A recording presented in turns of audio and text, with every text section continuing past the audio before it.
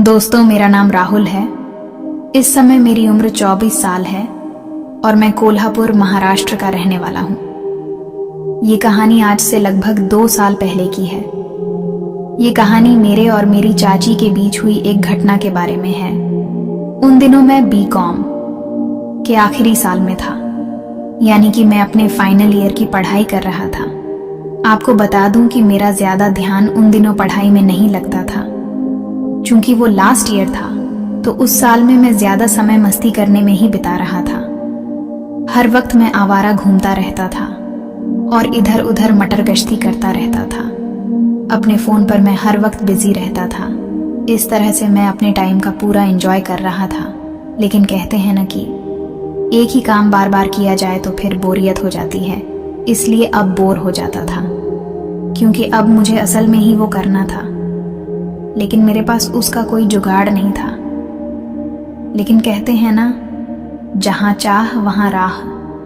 तो भगवान ने मुझे एक बहुत ही अच्छा मौका दिया और फिर एक दिन उसका जुगाड़ भी हो गया। यह बात उन दिनों की है जब मेरे घर वाले सभी 5-6 दिन के लिए किसी रिश्तेदार के यहाँ पर शादी के फंक्शन के लिए जा रहे थे। मेरे एग्जाम की वजह से मैं नहीं जा सकता था।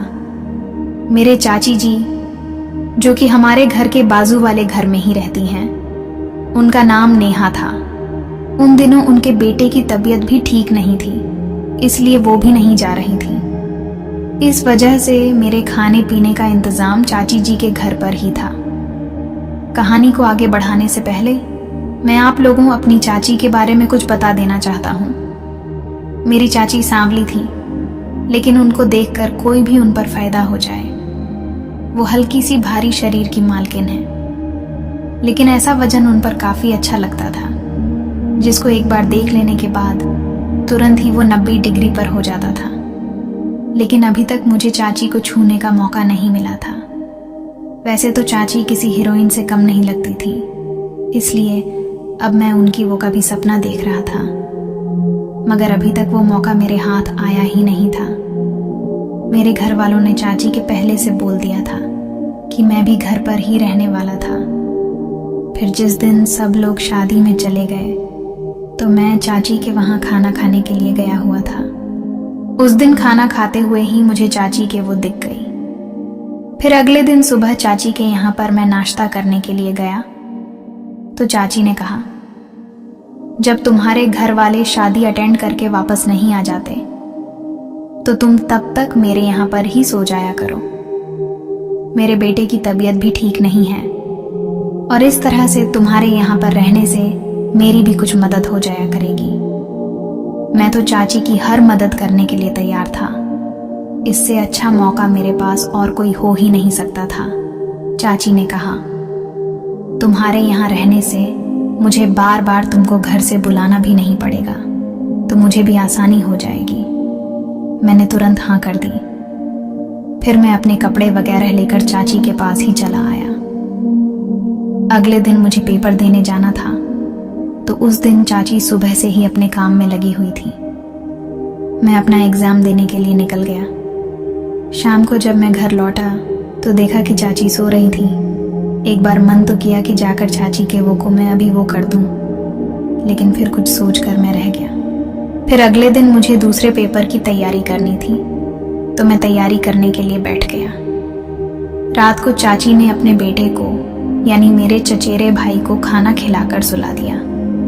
उसके बाद हम दोनों ने भी खाना खाया और मैं थोड़ी देर टीवी देखने लगा। तभी चाची भी अपने बर्तन वगैरह साफ करके किचन का काम खत्म करके टीवी देखने चली आई। बहुत रात होने के बाद चाची ने बोला, चलो अब सोते हैं। चाचा के घर में 2 बेड थे, एक उनका और एक चिल्ड्रन बेड था। मैं चाची के साथ उनके ही बेड पर ही सो गया। रात को जब मैं पानी पीने के लिए उठा, तो मैंने देखा कि चाची की वो इस समय चाची क्या लग रही थी, इससे पहले मैंने कभी नेहा चाची को ऐसी नहीं देखा था।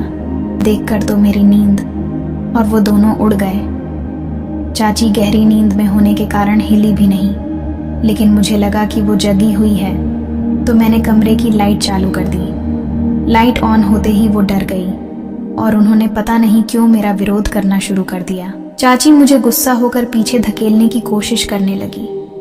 वो कहने लगी, ये सब गलत है। वो मुझसे कह रही थी कि तुम मेरे बेटे के जैसे हो, लेकिन अब मुझसे रुका नहीं जा रहा था। लेकिन 2 मिनट के बाद ही उन्होंने विरोध करना बंद कर दिया। शायद ये सब उनके विरोध करने का नाटक ही था।